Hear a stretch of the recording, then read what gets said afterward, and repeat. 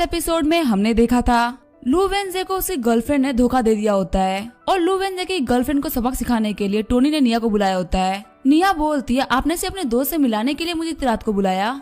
Tony कहता है कि नहीं, बस इतना काम नहीं था, हमें कल कुछ बहुत ही बड़ा करना है। आगे हमें अगले दिन का सीन दिखाया जाता है। हम देखते हैं लाउजिया और उसके बॉयफ्रेंड को जो कि अपने कार में चलते हुए जा रहे होते हैं। लाउजिया का बॉयफ्रेंड बोल रहा होता है लाउजिया तो बिल्कुल भी टेंशन मत लो, तुमने उस बेवकूफ वेंजे को छोड़ के अच्छा ही किया और तुम्हारा कुछ दिनों में बर्थडे आ रहा है ना, तो तुम्हें क्या गिफ्ट चाहिए। और लाउजिया कहती है मुझे एक नया बैग चाहिए। तभी उनके पास में टोनी की कार आती है जो कि उनके आगे आगे अचानक से ब्रेक मार देती है। उन लोगों की वजह से लाउजिया के बॉयफ्रेंड को भी ब्रेक मारना पड़ता है। फिर लाउजिया का बॉयफ्रेंड मिडिल फिंगर दिखाते हुए बोलता है क्या तुम्हें ड्राइव करना नहीं आता।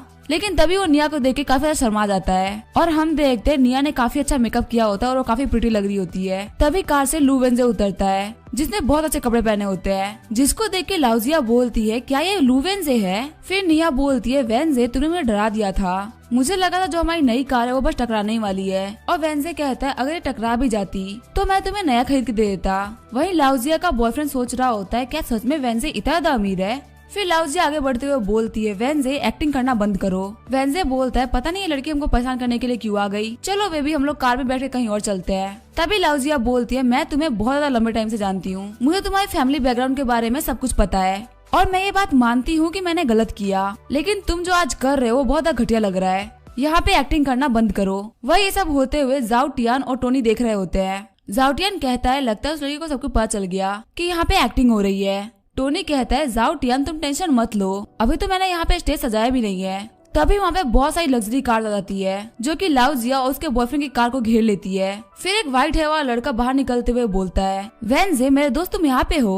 और उस व्हाइट हेयर वाले बंदे को देख के लाउजिया का बेस्ट फ्रेंड बोल रहा होता है ये तो ब्रदर बाई है। फिर बाई आगे जाके लाउजिया उसके बेस्ट फ्रेंड के कंधे पे हाथ रखता है। फिर बाई बोलता है लड़की तुम्हें पता है इस लड़के का नाम मकाई है, इसकी फैमिली एक कोल माइन को ऑन करती है और ये अमेरिका से पढ़ के आया है, लेकिन मैं तुम्हें बता दूं कि ये सारी बातें झूठ है। ये लड़का सभी लड़कियों से झूठ बोलता है ताकि अपना काम निकलवा सके और ये तुम्हें भी यहाँ पे बेवकूफ बना रहा है। कहीं ऐसा तो नहीं कि तुमने भी इसकी बातों को मान लिया कि ये कोई अमीर इंसान है। वहीं लाउजिया का बेस्ट फ्रेंड बोल रहा होता है मिस्टर भाई मुझे छोड़ दीजिए, आज के बाद मैं ऐसा कभी भी नहीं करूंगा। फिर मिस्टर भाई आगे जाते हुए बोलते हैं ये लड़का काफी ज्यादा चालाक है, यहाँ इसने एक और लड़की को बेवकूफ बना ही लिया और क्या इस लड़की ने अपनी शक्ल नहीं देखी, इस लड़की को कौन अमीर लड़का पटाएगा। ये सुन के लाउजिया सदमे में चली गई होती है। फिर लाउजिया मेकई के पीछे चप्पल लेके पड़ गई होती है और कहती है तुम्हारे से झूठे से अच्छा तो सुअर है। वहीं माकई बोल रहा होता है सिस्टर लाउजिया मुझे माफ कर दो। फिर वेंजे बोलता है चलो ठीक है चलते हैं, लेकिन तभी लाउजिया वेंजे का पैर पकड़ लेती है, कहती है मुझे माफ कर दो, मुझे ऐसा छोड़ के मत जाओ,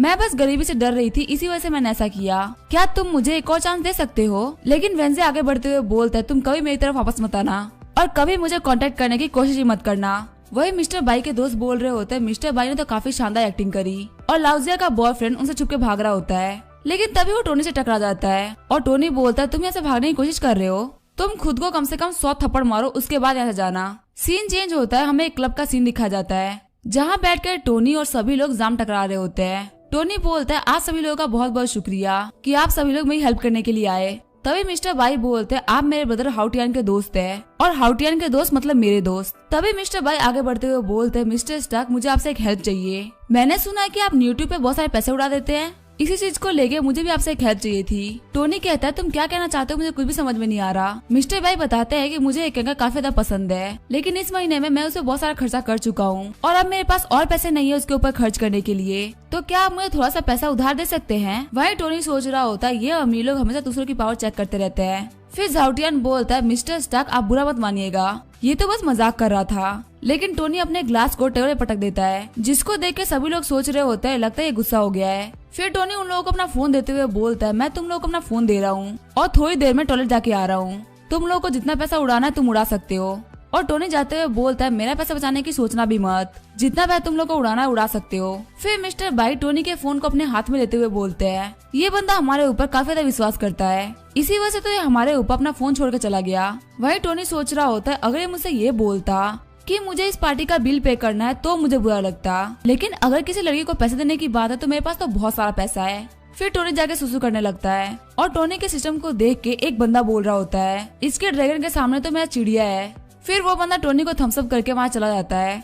वही टोनी सोच रहा होता है आखिर ये बंदा ऐसे क्यों बिहेव कर रहा है। फिर हम देखते हैं मिस्टर बाई को जो कि टोनी का फोन यूज करते हुए बहुत सारा पैसा उड़ा दिया होता है और उनके आसपास बहुत सारे लोग इकट्ठा भी हो गए होते हैं। फिर टोनी बोलता है यहाँ पे इतने सारे लोग क्या कर रहे हैं, और मिस्टर बाई रोते हुए बोलते हैं फाइनली मिस्टर स्टार्क आप यहाँ पे आ गए, प्लीज मुझे बचा लीजिए। फिर टोनी बोलता है मैं बहुत टाइम से यहाँ पे नहीं था, लेकिन फिर भी तूने जो अमाउंट उड़ाया है वो $20 मिलियन से भी कम है। ये बात सुन के वहाँ पे सभी लोग शॉक्ड हो गए होते हैं और सोच रहे होते हैं इनका स्टेटस बहुत ज्यादा ऊपर है, शायद से इनके पास एक बैंक से भी ज्यादा पैसा है। फिर मिस्टर बाई बोलते हैं मैं ज्यादा से ज्यादा $1 लाख का सुपर चैट करता हूँ, लेकिन यहाँ पे इतने सारे पैसे को देख के तो मैं भी घबरा गया।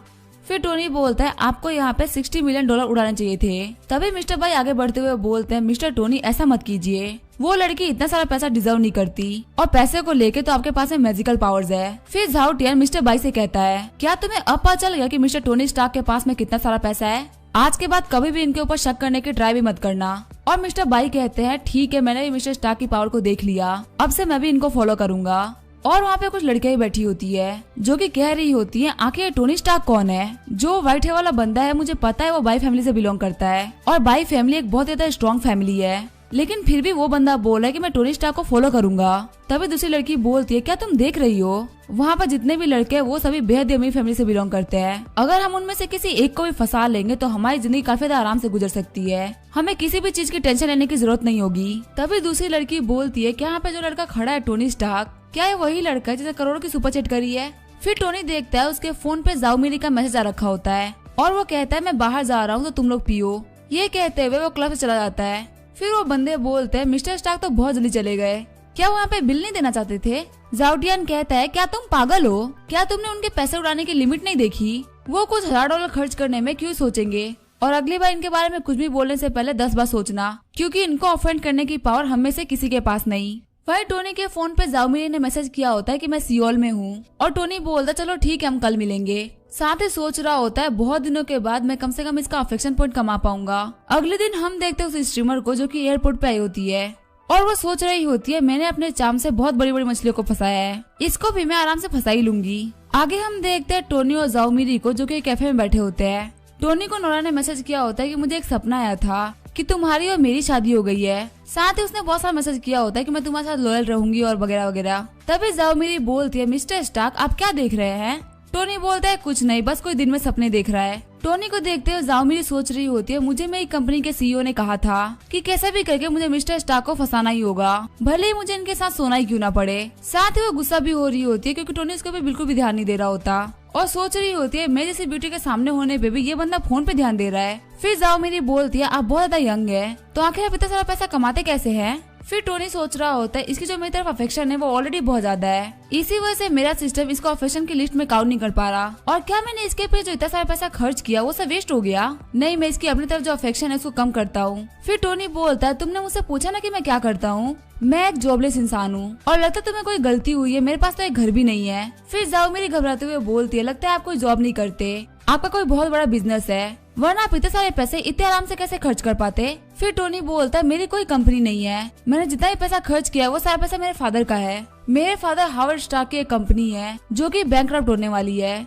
इसी वजह से जो आखिरी बचे हुए पैसे थे वो मैंने तुम्हारे ऊपर खर्च कर दिए और मैं तुमसे इसी वजह से मिलना चाहता था ताकि मैं तुमसे गिफ्ट के पैसे वापस मांग सकूं। ये बात सुन के जाओमिरी की हालत काफी ज्यादा खराब हो जाती है और हम देखते हैं जाओमिरी की अफेक्शन -20 हो जाती है। फिर जाओमिरी पूछती है अगर तुम्हारे पास इतने पैसे ही नहीं है तो तुम अमीर बनने की एक्टिंग क्यों करते हो और तुम मुझसे पैसे वापस मांग रहे हो, एक मैन कभी भी ऐसा नहीं करता। और जाओमिरी की अफेक्शन 40 पॉइंट से गिर जाती है। फिर वो कहती है तुम्हारे से बेवकूफ इंसान के साथ में टाइम वेस्ट करने का कोई मतलब नहीं है। फिर जाओमिरी अपने ब्रदर लेन को कॉल लगाती है और कहती है मैं एयरपोर्ट से बाहर एक कैफे में बैठी हूँ, क्या आप मुझे लेने के लिए आ सकते हैं। यहाँ पे एक लूजर है जो कि मुझे काफी ज्यादा परेशान कर रहा है तो इसको भी सबक सिखाना था।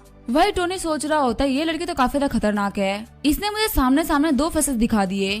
तभी वहाँ पे थोड़ी देर बाद ब्रदर लेन भी आ जाते हैं और कहते हैं मैं रहते हुए जाओमिरी को सियोल में परेशान करने की हिम्मत किसने करी। फिर जाओमिरी लेन के पास जाते हुए बोलती है ब्रदर लेन थैंक गॉड आप आ गए, इस कमीने ने मेरा हाथ ही पकड़ा था। लेकिन ब्रदर लेन उसको इग्नोर करते हुए टोनी से आके हाथ मिलाने लगते हैं और कहते हैं मिस्टर स्टार्क आखिर आप यहाँ पे क्या कर रहे हैं, मेरी किस्मत काफी अच्छी है कि मैं आपसे मिल गया। मेरा नाम जाउलेन है जो कि ब्रदर भाई के साथ में कार लेके आया था और हमने कल ड्रिंक भी करी थी साथ में। तभी टोनी बोलता है अच्छा जाउलेन हाँ तुम मुझे याद हो। जाउलेन बोलता है कल मुझे काफी ज्यादा बुरा लगा था कि आप काफी जल्दी चले गए, लेकिन अगर आज हम मिले हैं तो मैं आपको पार्टी दूंगा।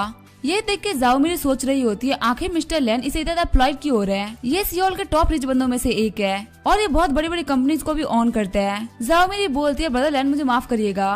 तभी जाओ लैन गुस्सा करते हुए बोलता है तुम्हारी हिम्मत कैसे हुई मेरे ब्रदर के बारे में ऐसी बातें करने की। ये मेरे एल्डेस्ट ब्रदर है और क्या तुम्हें पता है इनके पास इतना सारा पैसा है कि तुम्हारी पूरी फैमिली को खड़े खड़े गाड़ दे। जाओलिन की बातों को सुनकर जाओ मेरी सोच रही होती है क्या सच में मिस्टर स्टार्क के पास इतना सारा पैसा है और लगता है अभी ये मेरा टेस्ट ले रहे थे और मैंने इतनी बड़ी अपॉर्चुनिटी को खो दिया। फिर जाओ मेरी बोलती है मिस्टर स्टार्क मुझे माफ करेगा मैंने आपको गलत समझ लिया। तभी टोनी को नोटिफिकेशन आता है कि जाओ मेरी आपके अफेक्शन लिस्ट में आ चुकी है और अगर जाओ मेरी के 95 अफेक्शन पॉइंट्स हो जाते हैं तो इससे आपको 25 स्ट्रेंथनिंग पॉइंट मिलेंगे। फिर टोनी बोलता है कोई बात नहीं मुझे पता है कि लोग जवानी में गलतियां करते हैं मैं तो बस मजाक कर रहा था तो मुझे बिल्कुल भी बुरा नहीं लगा। और जाओ मेरी बोल रही होती है मिस्टर स्टार्क तो बहुत ज्यादा अच्छे हैं और जाओ मेरी की अफेक्शन भी 10 पॉइंट से बढ़ गई होती है। वही टोनी सोच रहा होता है सच में लड़की एंकर होने के काबिल है। जैसे इसने देखा कि मेरे पास पैसे नहीं है इसकी अफेक्शन पूरी तरीके से खत्म हो गई लेकिन अब इसको पता चला कि मेरे पास पैसे हैं तो इसकी अफेक्शन बढ़ने लग गई। फिर जाओलन जाओ मेरे पे गुस्सा करते हुए बोलता है मिस्टर स्टार्क ने तुम्हें मिलियंस ऑफ डॉलर की सुपर चैट करी है लेकिन तुम इन्हें ये गंदी सी कॉफी पिला रही हो। मिस्टर स्टार्क आप मेरे साथ चलिए मुझे एक बहुत अच्छे रेस्टोरेंट के बारे में पता है। और टोनी बोलता है चलो ठीक है हम चलते हैं। फिर वो लोग कार में बैठते हैं और जाओ मेरी टोनी स्टार्क का हाथ पकड़ लेती है साथ ही कहती है आपको मेरे ऊपर गुस्सा नहीं आ रहा मैंने बहुत बड़ी गलती करी है। और टोनी बोलता तुम फालतू की टेंशन मत लो। वहीं जाओ मेरी सोच रही होती है आखिर इन्होंने यूट्यूब को खोल रखा है। फिर टोनी एक लड़की की आईडी निकालता है और अंधाधुन उसके ऊपर पैसे भेजने लगता है जिसको देख के जाओ मेरी काफी ज्यादा शॉक्ड हो गई होती है और जो स्ट्रीमर होती है वो भी काफी ज्यादा घबरा गई होती है कि आखिर इतने सारे पैसे कहाँ से आ रहे हैं। फिर स्ट्रीमर बेहोश जाती है और कंपनी बताती है इतने सारे सुपर चैट आने की वजह से घबरा के बेहोश हो गई। वहीं जाओ मेरी सोच रही होती है मैंने पहली बार किसी को इतना तेज पैसा भेजते हुए देखा है और अगर मैं यहाँ पे लाइव स्ट्रीमिंग कर रही होती तो मुझे 30 मिलियन डॉलर मिल जाते। और मुझे ऐसा लगता है कि ये बंदा मुझे सब दिखाने के लिए कर रहा है लेकिन जो भी हो इसका जो पैसा खर्च करने की स्पीड है वो मुझे काफी ज्यादा पसंद आई और मुझे तो वेट है कि कब इसकी उंगलियां फोन से हटके मेरी बॉडी पे आएगी। और जाओ मेरी का जो अफेक्शन होता है वो 30 पॉइंट से बढ़ गया होता है। वही टोनी सोच रहा होता है आखिर इसको क्या हुआ मैं यहाँ पे सुपर चैट किसी और को कर रहा हूँ और ये खुश हो रही है। फिर वो लोग रेस्टोरेंट पे आ गए होते हैं। मिस्टर लैन बोलता है मिस्टर स्टार्क ये यहाँ का सबसे ज्यादा फेमस प्राइवेट रेस्टोरेंट है और इस जगह के बारे में 3 सबसे ज्यादा खास चीजें हैं। टोनी बोलता है पहला तो होगा यहाँ का खाना दूसरी यहाँ की सीनरी काफी ज्यादा यूनिक है पर तीसरी क्या है। मिस्टर लैन बोलते हैं हाँ आपने दोनों चीजें बिल्कुल सही बताई लेकिन लास्ट चीज आप सोच भी नहीं सकते। यहाँ के तीसरी सबसे अच्छी चीज है वो है यहाँ के बॉस की बेटी जाओ की। तभी जाओ की बोलती है टोनी तुम यहाँ पे। फिर वो देखती है जाओ मी ने टोनी के हाथों को पकड़ रखा होता है जिससे गुस्सा होकर जाओ मेरी अपने हाथ में रखे इंस्ट्रूमेंट को तोड़ देती है और वहाँ से रोते हुए चली जाती है। वही टोनी सोच रहा होता है इसकी अफेक्शन कम हो रही है अगर ऐसे चलता रहा तो मेरे इतने दिनों की मेहनत खराब हो जाएगी। फिर हम देखते हैं टोनी जाओमिरी के पास आ गया होता है। जाओमिरी कहती है तुम एक प्ले बॉय हो जो कि मेरी फीलिंग से खेल रहा है। वही टोनी सोच रहा होता है अगर ऐसे ही करती रहेगी तो मेरी अफेक्शन चली जाएगी और मैं कुछ भी नहीं कर सकता मुझे यहाँ पे रिस्क लेना ही होगा। फिर टोनी बोलता है क्या तुमने वो मूवी देखी है रिचेस्ट टोमेटो मैन। जाओ की बोलती है तुमने मुझे यहाँ पे चीट किया है और तुम मुझसे यहाँ पे मूवी के बारे में बात कर रहे हो। फिर टोनी बोलता है मेरी कहानी भी कुछ ऐसी ही है और वो सिगरेट पीते हुए बताता है तुम्हें तो पता चले गया होगा कि मैं एक बहुत ही बड़ी फैमिली से बिलोंग करता हूँ। तुम ये भी सोचती होगी कि आखिर मैं इतना ऑर्डिनरी क्यों रहता हूँ। ऐसा इसी वजह से क्योंकि मेरी जो फैमिली है उसके अंदर एक रूल है जब फैमिली का वाइस 18 साल का हो जाता है तो उसको $1 बिलियन खर्च करने होंगे ताकि उसे उसकी फैमिली के $50 बिलियन की प्रॉपर्टी मिल सके। और ये सब करने के लिए मैंने बहुत सारा खर्चा भी किया। मैंने एनवायरमेंट प्रोटेक्शन के लिए बहुत सारे कैंपेन चलाए और साथ ही बहुत ही बड़े बड़े काम भी किए और उन्हीं कामों में से था इस स्ट्रीमर को बहुत सारे पैसे भेजना। और इन सारी चीजों के बारे में मैं पहली बार किसी को बता रहा हूँ जो कि तुम हो। ये बात मैं किसी को भी नहीं बता सकता क्योंकि ये मेरी फैमिली का सीक्रेट है लेकिन मुझे माफ करना अब मैं थक चुका हूँ इसी वजह से मैं ऐसे चलता हूँ। वहीं जाओ की सोच रही होती है इसने बहुत ज्यादा मेहनत करी अपने पैसे को खर्च करने के लिए और यहाँ पे मैं बिल्कुल गलत थी। आखिर मैं इतना मेहनत करने वाले इंसान पर डाउट कैसे कर सकती हूँ। फिर जाओ की टोनी को गले लगा लेती है और कहती है प्लीज मुझे माफ कर दो मेरी गलती थी तुम मुझे छोड़ के मत जाओ। साथ ही वो सोच रही होती है इसने इतनी बड़ी सीक्रेट मुझे बता दी सच में ये मुझे बहुत ज्यादा चाहता है। और जाओके का अफेक्शन पॉइंट 92% हो गया होता है। फिर जाओके जाओलन के पास आती है और बोलती है प्लीज मुझे माफ करना मैं थोड़े बुरे मूड में थी मेरी वजह से तुम सभी लोगों का डिनर खराब हो गया और इसी वजह से अब मैं तुम सभी लोगों को एक ट्रीट दूंगी। वहीं जाओलन सोच रहा होता है मिस्टर टोनी तो काफी ज्यादा कूल है उन्होंने 5 मिनट के अंदर इसको पटा लिया। और जाओ मेरी सोच रही होती है यार ये लड़की कहाँ से आ गई मुझे ये बिल्कुल ही पसंद नहीं है। फिर जाओ मेरी बोलती है मिस्टर स्टार्क आपने बताया नहीं कि लड़की कौन है। तभी जाओ की बोलती है तुमने भी नहीं बताया कि तुम कौन हो और आंटी अब देखने में हमारी एज की नहीं लग रही आप हमसे बड़ी लग रही है। वही जाओलिन सोच रहा होता है जाओकी ने जाओमेरी को पूरी तरीके से हरा दिया। जाओकी की बात सुनकर जाओमेरी बहुत ज्यादा गुस्सा हो गई होती है। टोनी कहता है मुझे भूख लगी है, तुम लोग फाइट मत करना, और इसी वजह से वो दोनों लड़कियां फाइट नहीं करती। ये देख के जाओलिन बोलता है यहाँ पे सिर्फ मिस्टर स्टार्क के एक बार बोलने से इन दोनों ने फाइट नहीं करी। मिस्टर स्टार्क तो बिल्कुल अनप्रिडिक्टेबल है। यहाँ पे एक लड़की जो कि बहुत ही फेमस स्ट्रीमर और एंकर है और दूसरी डिस्ट्रिक्ट की सबसे बेहतरीन ब्यूटीज में से एक है और बहुत ही ज्यादा टैलेंटेड लड़की है। और हमारे मिस्टर स्टार्क तो आर्ट ऑफ वुमेन कंट्रोलिंग में एक्सपर्ट निकले। ऐसा भी कह सकते हैं कि मिस्टर स्टार्क एक सकबस है, लेकिन चाहे जो भी हो मैं आज से इनको फॉलो करने वाला हूँ। अब से ये मेरे आइडल है। सीन चेंज होता है, हम देखते हैं टोनी को जो कि सोच रहा होता है वो रेस्टोरेंट काफी ज्यादा महंगा था। ये तो काफी अच्छी बात है कि मुझे पे नहीं करना पड़ा। मैंने जाओकी को 18,000 पे कर दिया ताकि वो 8,000 पे कर सके। देखा तो मेरे पहले दो टारगेट नोरा और निया, उनके ऊपर मेरा अफेक्शन काम कर गया और जाओकी 92 पॉइंट्स पे है और जाओकी की वजह से मुझे 25 एट्रीब्यूट पॉइंट्स, साथ ही पियानो बजाने की स्किल भी मिलेगी। वही जाओमेरी का अफेक्शन भी 92% हो चुका है, उससे भी मुझे 25 एट्रीब्यूट पॉइंट्स मिलेंगे, साथ ही डांस की स्किल भी मिलेगी और इन दोनों के अफेक्शन काफी ज्यादा आगे बढ़ चुकी है। तो क्या मुझे कुछ नया ट्राई करना चाहिए? और मेरे लिस्ट में एक और लड़की है तो वो देखता है, वो होती है जूली। साथ ही वो सोच रहा होता है मुझे याद है ये तो लियांग की गर्लफ्रेंड है और इसकी अफेक्शन 76 पॉइंट पहुंच चुकी है। साथ ही इससे भी मुझे 25 एट्रीब्यूट पॉइंट मिलेंगे और इससे मिले हुए तो मुझे बहुत सारा टाइम हो चुका है। क्या मुझे इससे मिलना चाहिए? तभी उसके पास से कुछ लड़के गुजर रहे होते हैं और वो बोलते हैं यहाँ पे किसी लड़के ने कन्फेस किया है। तभी दूसरा लड़का बोलता है हाँ वो एक लव वॉरियर की तरह कन्फेस कर रहा है। टोनी बोलता है लव वॉरियर, सुनने में तो काफी ज्यादा इंटरेस्टिंग लग रहा है, मुझे चल के देखना चाहिए। और हम देखते हैं ये बंदा कोई और नहीं लियांग होता है। लियांग कहता है जूली मुझे माफ कर दो, मैं अगली बार से कभी भी ऐसा बिहेव नहीं करूंगा। और क्या तुम्हें याद नहीं कि हमने पहले कितने अच्छा टाइम बिताया है? तो क्या तुम मुझे एक और मौका नहीं दे सकती? वहीं जूली काफी ज्यादा गुस्सा हो रही होती है। वहीं टोनी आते हुए सोचता है ये तो लियांग है, ये यहाँ पे क्या कर रहा है और क्या इसे ये सब करने में शर्म नहीं आ रही? तभी जूली की नजर टोनी पे पड़ती है और वो दौड़ते हुए टोनी के पास चली जाती है। वहीं लियांग कह रहा होता है जूली आखिर तुम कहाँ जा रही हो, प्लीज रुक जाओ। वहीं जूली टोनी के पास जाते हुए बोलती है तुम टोनी हो ना, फाइनली तुम मुझे मिल ही गए, आज मेरा काफी अच्छा दिन है। और क्या तुम मुझे विचेट पे ऐड करोगे? प्लीज मुझे ऐड कर लो, मुझे रिजेक्ट मत करना। वहीं सारे लोग बात कर रहे होते हैं, ये लड़की तो किसी और लड़के से बात कर रही है, लगता है लव वॉरियर कन्फेशन में हार गया।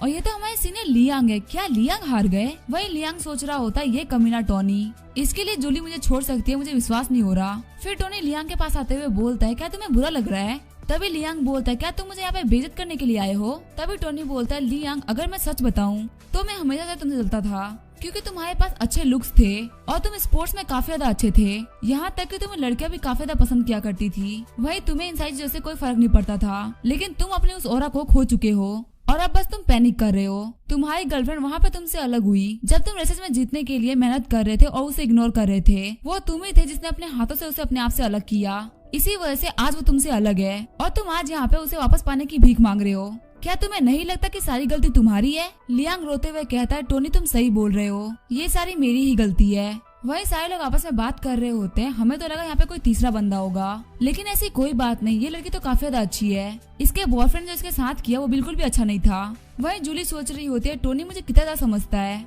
इसकी वजह से मेरी इज्जत भी बच गई और जूली का अफेक्शन 91 पॉइंट तक बढ़ गया होता है। वहीं हम देखते हैं भीड़ में यूकी भी होती है जो कि सोच रही होती है आखिर इसका इस लड़की के साथ में क्या रिश्ता है। फिर वो दौड़ते हुए जाओकी के पास जाती है और कहती है जाओकी टोनी तुम्हें चीट कर रहा है। फिर जाओकी बोलती है यूकी हमें प्रॉब्लम खड़ी मत करो, मुझे कोई भी धोखा दे सकता है पर टोनी धोखा नहीं दे सकता। फिर यूकी बोलती है मैं नीचे देख के आ रही हूँ, वो नीचे एक लड़की से कन्फेस कर रहा था और वो लड़की भी उसे काफी ज्यादा पसंद करती है। तभी जाओकी बोलती है इसमें टोनी की क्या गलती की कोई उसे कन्फेस कर रहा है, वो उसे रोक तो नहीं सकता ना। फिर यूकी उसे अपना फोन दिखाते हुए बोलती है आज ही उसने एक लड़की के ऊपर $30 मिलियन खर्च किया है, क्या तुम अभी भी बोलोगे कि वो तुम्हें धोखा नहीं दे सकता? जाओकी बोलती है हाँ उसने मुझे बताया था कि उसने $30 मिलियन खर्च किए हैं। यूकी बोलती है उसने खर्च नहीं किया, उसने एक लड़की के ऊपर उड़ाया है। तभी जाओकी बोलती है तुम परेशान मत हो, मुझे उसके ऊपर पूरा भरोसा है और वो भी मुझ पर उतना ही भरोसा करता है। और यूकी क्योंकि तुम्हारा कोई बॉयफ्रेंड नहीं है इसी वजह से तुम नहीं समझ पाओगी। ये बात सुनकर यूकी को काफी ज्यादा बुरा लगता है। साथ ही वो सोच रही होती है मेरी दोस्त काफी ज्यादा समझदार थी, सच में प्यार लोगों को अंधा कर देता है।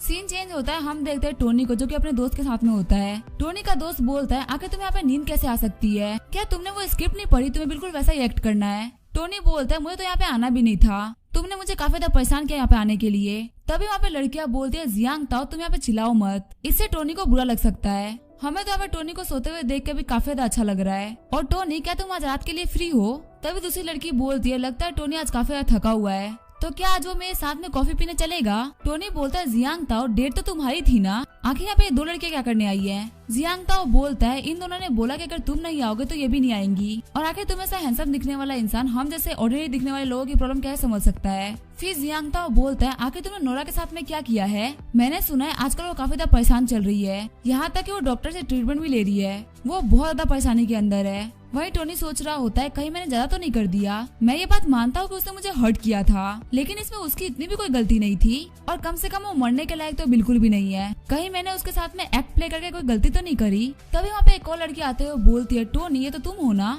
मैंने सुना है कि तुम हमारे स्कूल के इंटरनेट किंग हो, जब तुम नेट खोलते हो तो पूरा इंटरनेट ही हिल जाता है। फिर टोनी बोलता है हाँ तुम बिल्कुल सही बोल रही हो, और ये बातें नोरा भी सुन रही होती है। फिर नोरा रोते हुए बोलती है ये सारी मेरी ही गलती थी। तभी वहाँ पर टोनी के हाई स्कूल का एक क्लासमेट भी आता है, जो कि कहता है कि तुम लोगों को लग रहा है कि ये वो टोनी स्टार्क है जो कि ऑनलाइन बहुत सारा पैसा खर्च कर रहा है, लेकिन मैं तुम लोग को बता दूं कि ये वो टोनी स्टार्क होने के बिल्कुल भी लायक नहीं है। इसका तो सिर्फ नाम टोनी है, इसने तो उतना पैसा देखा भी नहीं होगा। वही टोनी सोच रहा होता है ये तो वही कमीना है। फिर वो बंदा आगे बढ़ते हुए बोलता है मैं इसका क्लासमेट हूँ, मेरा नाम है जस्टिन हैमर, और मेरे पास यहाँ पे काफी अच्छी खासी प्रॉपर्टीज है, और लड़की मैं तुम्हें काफी टाइम से नोटिस कर रहा हूँ, क्या तुम चाहती हो कि मैं तुम्हें अपने विजिट पे ऐड करूँ? वही टोनी सोच रहा होता है ये कमीना जस्टिन हैमर ये मेरे हाई स्कूल का राइवल है, सिर्फ क्योंकि ये अमीर और पावरफुल था इसी वजह से मुझे काफी ज्यादा बुली किया करता था, और ये यहाँ पे शो ऑफ करना चाहता है ना, तो मैं इसको शो ऑफ करने दूंगा। वैसे भी मैं इतनी जल्दी अपने क्लासमेट के सामने अपनी हाई प्रोफाइल इमेज शो नहीं करना चाहता था, और ये पटा भी किसको रहा है इसे तो मुझे बिल्कुल भी फर्क नहीं पड़ता। फिर टोनी आगे बढ़ते हुए बोलता है ये मेरा क्लासमेट जस्टिन हैमर है, और ये अभी 985 यूनिवर्सिटी में पढ़ाई कर रहा है।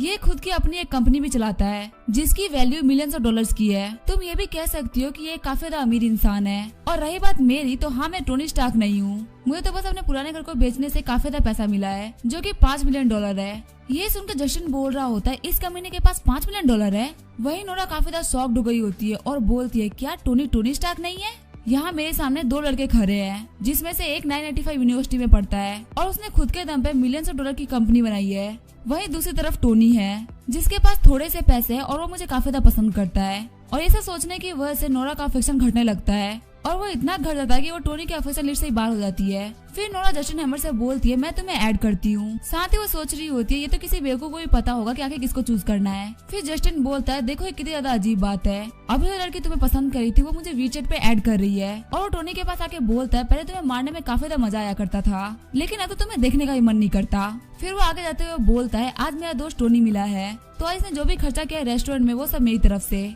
वहीं हम देखते हैं टोनी हंस रहा होता है जिसको देख के बाकी सभी लोगों को कुछ भी समझ में नहीं आ रहा होता। टोनी बोलता है नहीं मैं बिल्कुल ठीक हूँ, मुझे बस आज कोई पता चल गया। साथ ही वो सोच रहा होता है मैंने सोचा कि मैं नोरा को एक और चांस दे दूं, लेकिन ये तो गिरगिट निकली। वक्त आते ही फिर से रंग बदल दिया और आज के बाद से मैं कभी भी नोरा के ऊपर दया नहीं खाऊंगा और मैं इसको वो हेल्प फील कराऊंगा जो कि ये डिजर्व करती है। फिर टोनी उस रेस्टोरेंट से जा रहा होता है तभी जस्टिन बोलता है क्या तुम जा रहे हो? तुम्हें पता है कल हमारे हाई स्कूल का रियूनियन होने वाला है जो कि हमने जियो झा होटल पे रखा है, तो टोनी क्या तुम कल आने की हिम्मत कर सकते हो? टोनी सोच रहा होता है अच्छा क्लास का रियूनियन। फिर टोनी बोलता है अगर तुम मुझे इनवाइट कर रहे हो तो मैं जरूर से आऊंगा। आगे हमें अगले दिन का सीन दिखाया जाता है। टोनी के क्लास के सारे बंदे आ गए होते हैं। जस्टिन बोलता है आज तुम लोग जी खोल के पियो और मजे करो, इन सब के लिए मैं पे करूंगा। वहीं सारे बंदे बोल रहे होते हैं जस्टिन हैमर सच में कमाल का बंदा है। फिर जस्टिन बोलता है तुम लोगों को रोया के सामने मेरी तारीफ करनी है, वो अभी आती ही होगी। फिर सारे बंदे बोलते हैं बिल्कुल भी टेंशन मत कीजिए, वो जैसे ही आएगी हम उसके सामने आपकी काफी तारीफ करेंगे।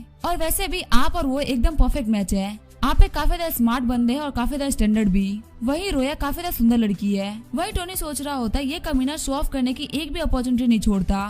तभी वहाँ पे रोया आती है और वो बोलती है मुझे माफ करना, मैंने तुम सभी लोगों को वेट कराया। आज मेरा जो ड्राइवर था उसने आज छुट्टी रख ली थी, इसी वजह से मुझे टैक्सी लेके आना पड़ा। वही टोनी सोच रहा होता है रोया ये मुझे याद है, हमारे हाई स्कूल में सभी लोग इसको काफी ज्यादा पसंद किया करते थे। ये बहुत ज्यादा मिस्टीरियस और नोबल है, जैसे कि एक ऐसी मिस्ट्री जो कि कभी सोल्व नहीं हो सकती, और इसको देखते स्कूल में सारे बंदे पागल हो जाते थे। फिर टोनी आगे बढ़ते हुए बोलता है क्लासमेट रोया तुमसे मिले हुए काफी ज्यादा टाइम हो गया, क्या तुम मुझे विचेट पे ऐड करोगी जिससे हमारा बात करना काफी ज्यादा आसान हो जाएगा। ये देख के जस्टिन हैमर काफी ज्यादा गुस्सा हो गया होता है और कहता है एक बार ये पार्टी खत्म हो जाए इसके बाद मैं इस कमीने को सबक सिखाऊंगा। और रोया बोलती है ठीक है मैं तुम्हें अपना अकाउंट देती हूँ। साथ ही वो सोच रही होती है आखिर ये बंदा कौन है, मैंने आज से पहले इसको कभी नहीं देखा। और हम देखते हैं रोया उसके अफेक्शन सिस्टम में ऐड हो गई होती है। टोनी को बताया जाता है कि अगर आप इसको पटा लेते हैं तो आपको 35 रिवॉर्ड पॉइंट मिलेंगे, साथ ही आपको 4 अलग लैंग्वेजेस भी आ जाएंगी जो कि है इंग्लिश, फ्रेंच, रशियन और जर्मनी। वही पूरी क्लास शॉक्ड हो गई होती है और कहती है टोनी पहले ऐसा तो नहीं था, लेकिन अब ये काफी ज्यादा औसम हो चुका है। इसने डायरेक्ट जाके उसकी वीचेट आईडी मांग ली। तभी लाउजिया खड़े होते हुए बोलती है ये बिल्कुल भी औसम नहीं है, ये बस यहाँ पे कुछ अमीर लोगों का चेला है जो कि उन लोगों के पीछे दुम हिलाते हुए घूमता रहता है। इसी ने वेंजे को हेल्प करी थी मुझे बेवकूफ बनाने में। जो मुझे बेवकूफ बनाने के लिए आए थे वो सभी बेहद ही अमीर बंदे थे और उन्होंने मेरे जैसी भोली लड़की को परेशान किया। तभी वेंजे बोलता है लाउजिया फालतू बातें करना बंद करो। लाउजिया बोलती है आखिर मैंने क्या फालतू बात करी, तुमने मेरी फीलिंग से खेला है और तुमने मुझे फील कराया कि तुम काफी ज्यादा अमीर हो और उसके बाद तुमने मुझसे ब्रेकअप कर लिया। चलो ये तो काफी अच्छी बात है कि तुम अमीर नहीं थे और मैं बहुत ही लकी निकली। और हम देखते हैं ये सारी बातें सुनकर रोया का अफेक्शन 5 पॉइंट से गिर जाता है। जस्टिन खड़े होते हुए बोलता है टोनी अगर तुम्हारे पास पैसे नहीं है तो तुम मेरे पास आ सकते थे, आखिर तुम अमीर लोगों के चले क्यों बन रखे हो, मैं तुम्हें एक अच्छी नौकरी दे सकता हूँ, मैं भी एक काफी ज्यादा अमीर इंसान हूँ, अगर तुम मेरे साथ काम करोगे तो तुम काफी अच्छा पैसा कमाओगे। वही टोनी सोच रहा होता लाउजिया ने सबसे पहले मुझे बेइज्जत करने का ट्राई किया, उसके बाद जस्टिन उसकी हेल्प कर रहा है। ऐसा लग रहा है कि इन दोनों ने पहले से ही सारी चीजें डिसाइड करके रखी थी, लेकिन चलो कोई बात नहीं, मुझे इन सारी चीजों से कोई फर्क नहीं पड़ता, बस मुझे इन लोगों को अपनी रियलिटी दिखानी होगी। तभी टोनी हाउटियान को मैसेज करता है मेरी विला पे जो किराए कार पड़ी हुई है उसे लेके जियाओजाओ होटल पे आ जाओ। फिर हम देखते हैं उन लोगों की पार्टी खत्म हो गई होती है। सब लोग बाहर निकलते हुए बोल रहे होते हैं सच में एक 4 स्टार होटल था, खाना खा के तो मजा ही आ गया। सच में जशन काफी ज्यादा कूल बंदा है, उसने हम सभी के लिए पे भी कर दिया। वह जशन चलते हुए सोच रहा होता है लू वेंजे और ये कमीना टोनी अब ये किसी को भी अपनी शक्ल नहीं दिखा पाएंगे। आज तो मैंने इनकी काफी ज्यादा बेइज्जती करी है और आज के रात मुझे ऐसा फील हो रहा है जैसे कि मैं जीत गया। तभी जस्टिन बोलता है रोया क्या तुम चाहते हो कि मैं तुम्हें घर छोड़ दूं और आज की रात मैं तुम्हारा ड्राइवर बन जाऊं, और हाँ मैं तुमसे प्रॉमिस करता हूँ कि मैं तुमसे कभी भी छुट्टी नहीं मांगूंगा। फिर रोया बोलते है नहीं नहीं इसकी कोई जरूरत नहीं है। तभी होटल का एक बंदा आता है और वो बोलता है मिस्टर जस्टिन मैं कब से आपको ढूंढ रहा था, क्या आप अपनी कार को पार्किंग से हटा सकते हैं। जस्टिन बोलता है मैंने तुम्हारे रेस्टोरेंट को पैसा दिया है तो आखिर मैं अपनी कार को पार्किंग से क्यों हटाऊंगा। वही जो बंदा होता है वो बोलता है हमारी पार्किंग 9 बजे के बाद में सिर्फ वीआईपी कस्टमर के लिए खुलती है और अभी हमारा वीआईपी कस्टमर आया है जो कि अपनी कार को पार्क करना चाहता है, इसी वजह से आपको मैं परेशानी दे रहा हूँ आपकी कार हटाने के लिए। फिर जस्टिन बाहर आके अपनी कार को बाहर निकाल लेता है और सोच रहा होता है कि मुझे देखना कि आखिर ये बंदा कौन है जिसके लिए मुझे अपनी कार को बाहर निकालना पड़ा। तभी वो देखता है उसके कार की जगह पे एक करारी कार खड़ी होती है और वो सोच रहा होता है ये तो वही करारी कार है जो कि मैंने सिर्फ शो में देखी है। फिर वो कार से हाउटियन को बाहर निकलते हुए देख के बोलता है ये तो जैंग हाउटियान है। और मुझे पता चल गया कि आखिर मुझे अपनी कार क्यों निकालनी पड़ी। इस बंदे के बारे में बोला जाता है कि ये बंदा पूरी सियोल का सबसे ज्यादा यंग अमीर बंदा है और ये तो काफी अच्छी बात है कि मैंने गुस्से में इससे कोई पंगा नहीं लिया वरना ये मुझे खड़े खड़े बर्बाद कर देता। लेकिन तभी टोनी जाके हाउटियन से हाथ मिलाने लगता है और कहता है हाउटियन मेरी कार को यहाँ पे लाने के लिए बहुत बहुत शुक्रिया। तभी हाउटियन कहता है आप तो मेरी फैमिली की तरह है ब्रदर, आपको थैंक्स बोलने की कोई भी जरूरत नहीं है और आगे कार डिलीवर करके मुझे ऑनरेबल फील हो रहा है। वही जस्टिन सोच रहा होता है क्या ये कार टोनी की है और ये हाउटियन इसे इतना ज्यादा पोलाइटली क्यों बात कर रहा है। वही सारे लोग बात करने लगते हैं क्या इतना ज्यादा अमीर है, इसके पास एक करारी कार भी है और एक करारी कार के अंदर जस्टिन के डजन ऑफ कार आ जाए। वही टोनी झाउटियान को बोलता है मुझे आपको अपने कुछ क्लासमेट से मिलाना था जो भी बहुत ज्यादा अमीर बंदे हैं। वही टोनी एक क्लासमेट लाउजिया को ब्लेम करते हुए बोल रहे होते हैं आखिर तुम क्या बात कर रही थी, तुम कह रही थी कि टोनी यहाँ पे अमीर बंदों के पीछे घूमता है पर देख के तो ऐसा कुछ भी नहीं लग रहा। वही रोया सोच रही होती है लगता है जस्टिन और लाउजिया मिलके टोनी को बेइज्जत करने का प्लान बनाया था, लेकिन इस बंदे ने खुद के पास इतना सारा पैसा होने के बावजूद भी खुद को डिफेंड नहीं किया। ये काफी ज्यादा इंटरेस्टिंग इंसान है और रोया के अफेक्शन 15 पॉइंट से बढ़ गए होते हैं। तभी टोनी बोलता है रोया क्या मैं तुम्हें तुम्हारे घर छोड़ सकता हूँ, और रोया बोलती है ठीक है और फिर वो दोनों चले जाते हैं। और लू वेंजे झाउटियान से बोलता है आपने यही बोला ना कि जस्टिन की वेल्थ में और टोनी के वेल्थ में इतना अंतर है जितना कि इंसान और कुत्ते के बीच में। और ये सारी बातें सुनकर जस्टिन को काफी ज्यादा गुस्सा आ रहा होता है। सीन चेंज होता है, हम देखते हैं रोया को जो कि सोच रही होती है टोनी की कार देख के मैं कुछ ज्यादा ही खुश हो गई थी, लेकिन अगर मैं सच बताऊँ तो मैं टोनी को अच्छे से नहीं जानती, लेकिन फिर भी मैं उसे कार में ऐसे ही बैठ गई, क्या पता ये मेरे बारे में क्या सोच रहा होगा। तभी टोनी बोलता है मैं काफी देर से ध्यान दे रहा हूँ, तुम्हारा जो ये पेंडेंट है वो तो डिका ओटामैन है। फिर रोया बोलती है क्या तुम इसको जानते हो। टोनी बोलता है हाँ मुझे भी ओटामैन सीरीज देखना काफी ज्यादा पसंद था, मुझे इसकी ट्रांसफॉर्मेशन काफी ज्यादा कूल लगती थी। फिर रोया बोलती है हाँ मुझे भी, मैं बचपन से ये शो देखते हुए आ रही हूँ और सबसे बेकार बात तो ये है कि मेरी एज की कोई भी लड़की ये शो नहीं देखा करती थी। और फिर ऐसे ही करके वो लोग आपस में बात करने लगते हैं। वही टोनी सोच रहा होता है मुझे लगा नहीं था कि रोया का इतना ज्यादा खुशमिजाज साइड होगा, ये ज्यादातर हमेशा कोल्ड ही रहती है। मुझे इसको खुश देख ऐसा लग रहा है कि मुझे इसकी ब्यूटी को प्रोटेक्ट करना चाहिए और पता नहीं क्यों पर मुझे पहली बार ऐसा लग रहा है कि मैं प्यार में पड़ चुका हूँ। फिर टोनी रोया को बाय बोलते हुए बोलता है तुमसे मिलकर काफी ज्यादा अच्छा लगा, तुम बाकी क्लासमेट से काफी ज्यादा अलग थी। रोया बोलती है तुम मुझे रोया बोल सकते हो और मुझे मेरे घर तक ड्रॉप करने के लिए शुक्रिया। फिर वो दोनों ही हंसने लगते हैं। टोनी को जाते हुए देख के रोया सोच रही होती है ये काफी ज्यादा इंटरेस्टिंग इंसान है, इसने मुझे बाकियों की तरह जज नहीं किया, ये उन बेकार लड़कों से बिल्कुल अलग है जो कि खुद को बॉसी दिखाते हैं और कूल बनने का एक्ट करते हैं। फिर रोया अपने घर के अंदर आती है रोया की मम्मी उसे बोलती है, मैंने तुम्हें बोला है ना ज्यादा देर तक बाहर मत घुमा करो। और तुम उस डेट के बारे में क्या सोच रही हो जिसे मैंने तुम्हें जाने के लिए कहा था? तुम्हें पता ना कि तुम्हारे पापा की कंपनी काफी ज्यादा बुरी हालत में है और जो हान फैमिली की इन्वेस्टमेंट है वो काफी ज्यादा जरूरी है और हम कुछ भी नहीं कर सकते, हमें ये करना ही होगा। फिर रोया हंसते हुए बोलती है, मॉम क्या मेरी खुशी और मेरी हैप्पीनेस मैटर नहीं करती? मुझे इस हान फैमिली के लड़के से शादी नहीं करनी है। तभी रोया की मम्मी बोलती है, हमने बचपन में तुम्हें पालने में तुम्हारे ऊपर बहुत सारा खर्चा किया है, तुम्हें खाने पहनने और खेलने से लेकर तुम्हें जो भी कुछ चाहिए होता था हमने सब कुछ दिया। और अगर आज तुम्हारी फैमिली की हालत ठीक नहीं है तो तुम अपनी फैमिली की हेल्प भी नहीं कर सकती। मुझे पता है जो हान गैंग है वो बिल्कुल भी ठीक इंसान नहीं है, लेकिन ऐसे बहुत सारे लोग होते हैं जो कि शादी के बाद सुधर जाते हैं। और क्या तुम चाहते हो कि तुम्हारी मॉम बाकियों के सामने अपने घुटनों पे गिड़गिड़ाए? रोया रोते हुए बोलती है, ठीक है मम्मी मैं समझ गई। सीन चेंज होता है और हम देखते हैं टोनी को जो कि अपने चैट ग्रुप पे मैसेज पढ़ रहा होता है। तभी उनमें से एक बंदा मैसेज करता है कि बहुत बड़ी खबर है। टोनी कह रहा होता है कि आखिर हाउटिया ने क्या मैसेज किया है और हम देखते हैं उसने रोया और हान फैमिली के लड़के की शादी के बारे में पोस्टर भेजा होता है। टोनी कहता है ये कैसे पॉसिबल हो सकता है, ये तो रोया है। उसने मुझे बताया था कि वो किसी के साथ में ब्लाइंड डेट पे जाने वाली है, पर शादी ये तो हो ही नहीं सकता। और मैंने रोया को 3 साल तक स्कूल में देखा था और यही वो मेरी उम्मीद है जिसकी वजह से मैं स्कूल में पढ़ता भी था। आज तक मैं ऐसा बंदा बन के रहा जो कि सिर्फ देखता रहा, लेकिन आज मैं पहली बार आगे बढ़ के कुछ एक्शन लूंगा।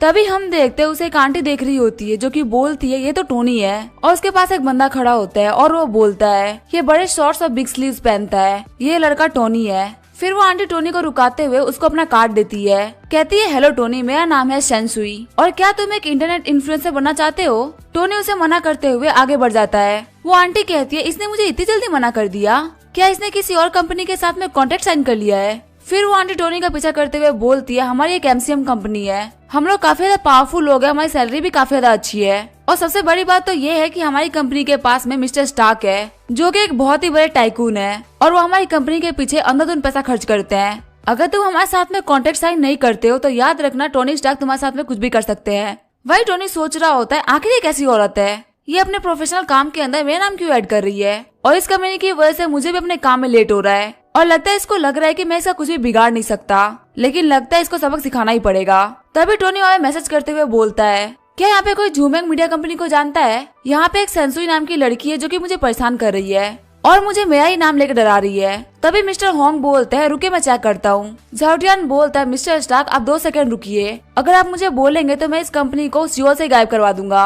वही सेंसुई बोल रही होती है क्या तुमने कुछ सोचा लड़के? तभी सेंसुई के फोन पे बॉस का कॉल आता है और वो सोच रही होती है बॉस क्यों कॉल कर रहा है और हम देखते हैं उसके बॉस होता है मिस्टर होंग जो कि बोलते हैं जल्द से जल्द वापस आ जाओ। फिर टोनी आगे बढ़ते हुए सोच रहा होता है हान ग्रुप में तुम्हें नहीं छोड़ूंगा, तुम मुझसे मेरी लड़की को नहीं चुरा सकते। वही हम देखते हैं रोया को जिससे उसकी मदर बोल रही होती है तुम बिल्कुल भी टेंशन मत लेना, ये सिर्फ एक ब्लाइंड डेट है और हम ऐसा इसलिए कर रहे हैं क्योंकि हमारी युआन हांग कंपनी बर्बाद हो चुकी है और तुम्हारे पापा भी थक चुके हैं लोगों से हेल्प मांग मांग के।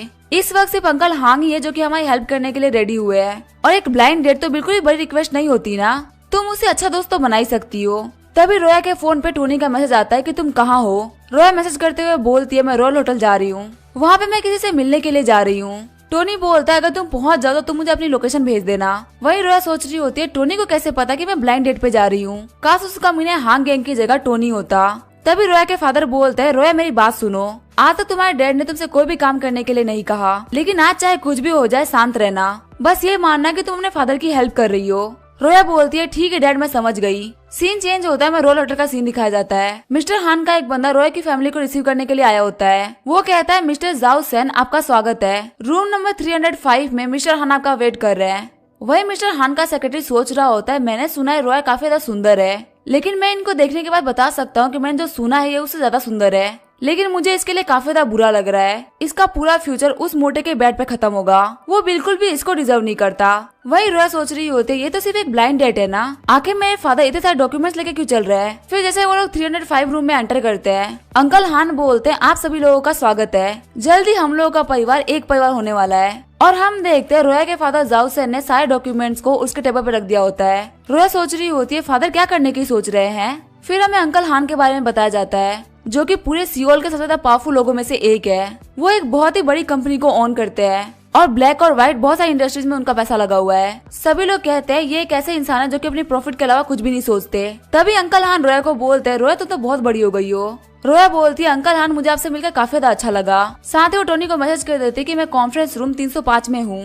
तभी हान गैंग आगे बढ़ते हुए रोया का हाथ पकड़ लेता है। कहता है रोया, मैं तुमसे मिलने के लिए काफी ज्यादा बेताब था। मैंने तुम्हें लास्ट कॉकटेल पार्टी के अंदर देखा था। उसके बाद से मैं ना ठीक से सो पाया हूँ ना खा पाया हूँ। तुम बिल्कुल भी टेंशन मत लो, मेरे जो फादर है वो तुम्हारी फैमिली की अच्छी तरीके से हेल्प कर देंगे ताकि तुम इस मुश्किल समय से बाहर निकल सको। फिर रोया बोलती है हाँ, हेल्प के लिए शुक्रिया। फिर हान गैंग बोलता है रोया, तुम इतनी पोलाइट क्यों हो रही हो। फिर वो उसको पीछे से जोर से पकड़ते हुए बोलता है कुछ देर में हम एक फैमिली बनने वाले हैं। फिर रोया उसके हाथ को अपने ऊपर से हटा देती है और बोलती है यहाँ पे इज्जत से पेश आओ, क्या तुम्हें बिहेव करना नहीं आता। फिर रोया के फादर बोलते हैं रोया, हान गैंग के साथ में अच्छे से बिहेव करो। वही रोया सोच रही होती है डैड आप सही नहीं कर रहे। फिर रोया के फादर बोलते हैं मिस्टर हान, मेरी बेटी थोड़ी गुस्से वाली है और इसकी बातों का बुरा मत मानिएगा, और मुझे ऐसा लगता है कि हान गैंग और मेरी बेटी एक दूसरे के लिए एकदम परफेक्ट रहेंगे। अंकल हान बोलते हैं हाँ, मुझे भी इसकी बातों का बिल्कुल भी बुरा नहीं लगा, चलिए एक साथ में बैठ के एक बार वो कॉन्ट्रैक्ट देख लेते हैं। फिर वो सेक्रेटरी बताता है कि ये एक इक्विटी ट्रांसफर कॉन्ट्रैक्ट होगा।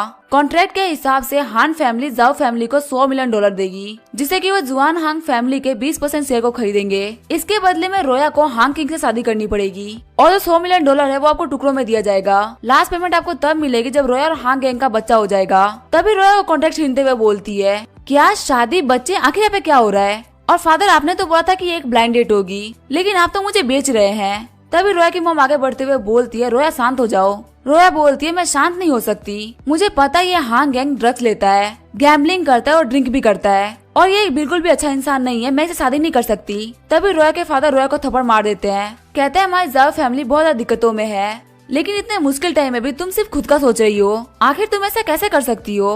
रोया बोलती है मैं खुद के लिए नहीं सोच रही, आप मेरी लाइफ डिस्ट्रॉय कर रहे हैं। तभी रोया की मॉम बोलती है रोया मेरी बात सुनो, तुम्हारे डैड जो भी कर रहे हैं वो हमारी फैमिली के लिए कर रहे हैं और तुम बचपन से ही बहुत ज्यादा समझदार रही हो, अगर हमारी कंपनी फेल हो गई तो हमारी फैमिली भी फेल हो जाएगी। रोया बोलती है मॉम आप ऐसे बिहेव क्यों कर रही हैं? अगर हमारी लग्जरी लाइफ खत्म भी हो जाती है तो हम लोग साथ में मिलकर काम करेंगे, आप, मैं और डैड मिलकर पक्का से कुछ न कुछ तो कर ही लेंगे। लेकिन तभी रोया की मॉम अपने घुटनों पे आ जाती है और कहती है प्लीज अपने मॉम के ऊपर थोड़ी सी दया दिखा दो। ये चीज देख के वहाँ पे सभी लोग शॉक्ड हो गए होते हैं। रोया बोलती है मॉम प्लीज ऐसा मत कीजिए, प्लीज खड़े हो जाइए। तभी रोया की मॉम बोलती है नहीं, तुम्हारी मॉम एकदम हेल्पलेस है, जब तक तुम शादी के लिए हाँ नहीं बोलोगी तब तक मैं खड़ी नहीं होंगी। तभी हान ने आगे बढ़ते हुए बोलता है रोया मैं तुम्हें काफी ज्यादा पसंद करता हूँ, तुम बिल्कुल भी टेंशन मत लो, मैं तुम्हें काफी अच्छे तरीके से रखूंगा और वैसे भी तुम्हारी मॉम को ऐसे बिहेव करते हुए देख के मुझे भी अच्छा नहीं लग रहा, बस तुम मान जाओ। वही रोया रोते हुए सोच रही होती है क्या यही मेरी डेस्टिनी है, मैं एक अमीर फैमिली में बोर्न हुई और अब मुझे पिंजरे में कैद होकर हमेशा रहना होगा। फिर रोया रोते हुए बोलती है मॉम मैंने आपसे प्रॉमिस किया था,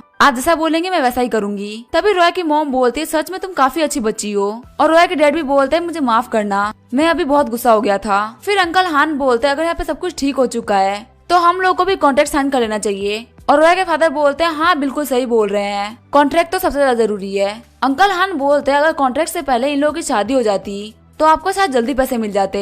वहीं हांग गैंग सोच रहा होता तुमने मुझे काफी नीचे देखा है, लेकिन तुम्हारे से कोल्ड ब्लडेड लड़की को अपने बेड पे देख के मुझे काफी ज्यादा अच्छा लगेगा। और वो लोग डील की बात कर ही रहे होते हैं तभी वहाँ पे गेट टूटता है, जिसको देख के सभी लोग शॉक हो जाते हैं और हम देखते हैं वहाँ पे टोनी आ गया होता है। टोनी बोलता है आखिर कौन वो कमीना है जो कि मेरी रोया को मुझसे दूर लेके जा रहा है। वही रोया सोच रही होती है सच में टोनी यहाँ पे आ गया। तभी हान गैंग आगे बढ़ते हुए बोलता है कमीने तू कौन है, लगता है तेरे जीने की इच्छा नहीं बची, इसी वजह से तू यहाँ पे ऐसे ही आ गया। तभी टोनी हान गैंग को एक मुक्का मार देता है और कहता है सुअर की शक्ल वाले मुझसे दूर रहे। तभी हान गैंग बोलता है तूने मुझे मारा, तेरी मुझे मारने की हिम्मत कैसे हुई। ये बोलते हुए अपने दोनों बॉडीगार्ड को आगे भेज देता है और वो बॉडीगार्ड बोल रहे होते हैं आखिर तू है कौन जिसने मिस्टर हान को मार दिया। टोनी बोलता है तुम मुझसे मेरी आइडेंटिटी पूछ रहे हो, यहाँ पे ऑलरेडी 2 महान लोग हैं ना, एक वो जो अपनी बेटी को बेच रहा है और दूसरा वो जो किसी की बेटी को खरीद रहा है, और अगर तुम लोगों में हिम्मत है तो मुझे छू के दिखाओ, मैं प्रॉमिस करता हूँ मैं तुम्हारी फैमिली को पूरी सियोल से गायब करवा दूंगा। तभी अंकल हान अपने बॉडीगार्ड को बोलते हैं रुक जाओ। साथ ही वो सोच रहे होते हैं जो मेरी और जाओ फैमिली की ट्रांजैक्शन है उसके बारे में बहुत ही कम लोग जानते हैं और जो अमीर लोग जानते हैं उनको तो सिर्फ ये पता है कि एक ब्लाइंड डेट है। आखिर ये बंदा कौन है जिसको क्लियरली पता था कि हम लोग यहाँ पे शादी के लिए मिल रहे हैं, इसकी आइडेंटिटी सिंपल तो नहीं हो सकती। फिर अंकल हान आगे बढ़ते हुए बोलते हैं मुझे नहीं पता बच्चे तुम किस नोबल फैमिली से बिलोंग करते हो और क्या तुम मुझे बताओगे तुम किस फैमिली से बिलोंग करते हो। टोनी बोलता है आप इतने क्वालिफाइड नहीं है कि मैं आपको अपनी फैमिली के बारे में बताऊं।